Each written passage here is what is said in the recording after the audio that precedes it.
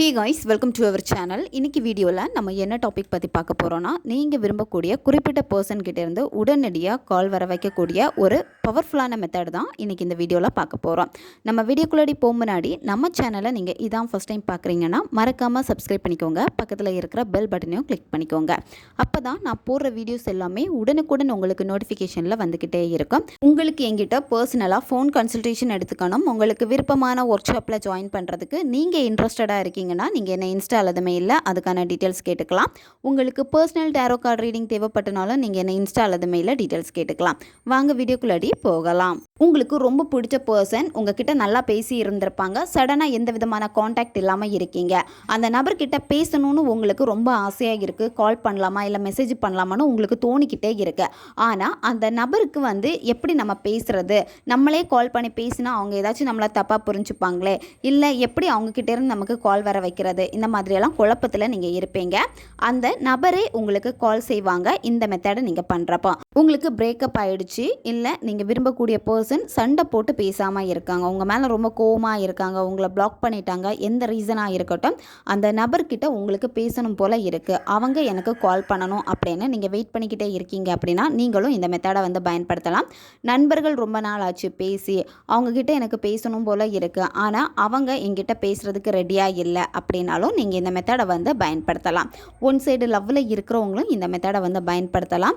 Already அந்த நபருக்கு நீங்கள் யாருன்னு தெரிஞ்சிருக்கணும், நீங்கள் ரெண்டு பேரும் பேசியிருக்கணும். அப்படி இருந்தால் மட்டும்தான் இந்த மெத்தடை வேலை செய்யும்.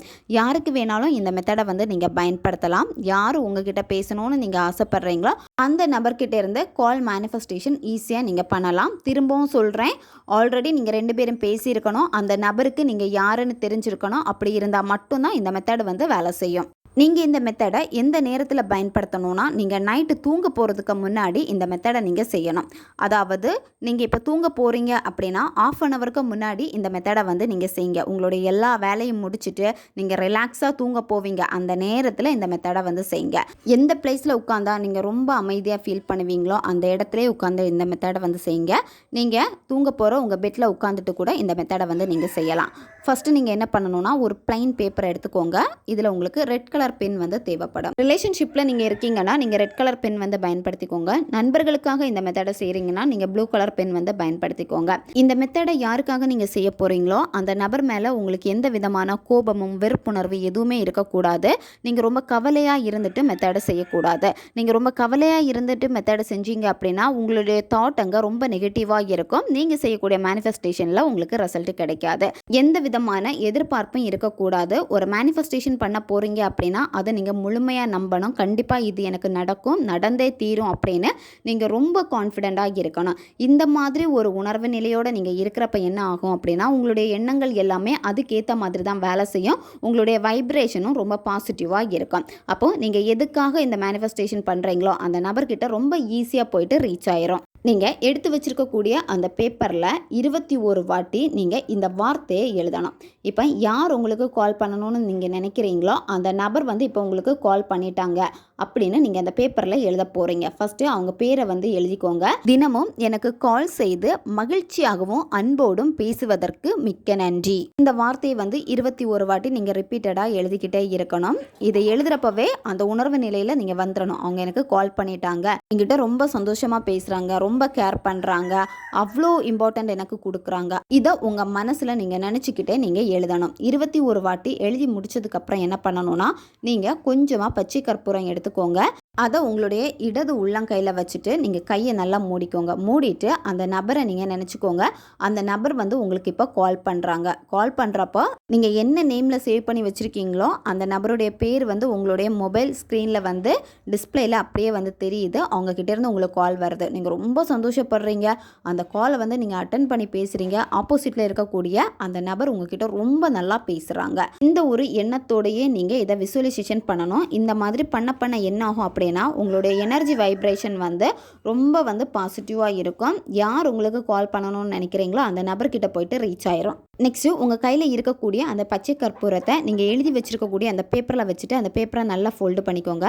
நைட்டு தூங்க போகிறப்போ உங்களுடைய பில்லோ கடியில் வச்சுட்டு நீங்கள் தூங்கணும். அடுத்த நாள் நீங்கள் என்ன பண்ணணும் அப்படின்னா நீங்கள் சேம் அதே டைம் நீங்கள் தூங்க போகிறப்போ அந்த பில்லோவில் இருக்கக்கூடிய அந்த பேப்பரை எடுத்துக்கோங்க. எடுத்து ஓப்பன் பண்ண எதுவுமே வேண்டாம். உங்களோட இடது கையில் வச்சுட்டு நீங்கள் ஃபஸ்ட்லேயே எப்படி விஷுவல் பண்ணீங்களோ அந்த நபர் உங்களுக்கு கால் பண்ணுறாங்க அப்படின்னு நீங்கள் விஷுவல் பண்ணிவிட்டு திரும்பவும் அந்த பேப்பரை வந்து பில்லோ கடியில் வச்சுருங்க. கண்டினியூவாக இந்த மெத்தடை வந்து 21 நாட்கள் நீங்கள் ஃபாலோ பண்ணிக்கிட்டே வரணும். 21 நாட்குள்ளாடி அந்த நபர் உங்களுக்கு கால் பண்ணிடுவாங்க.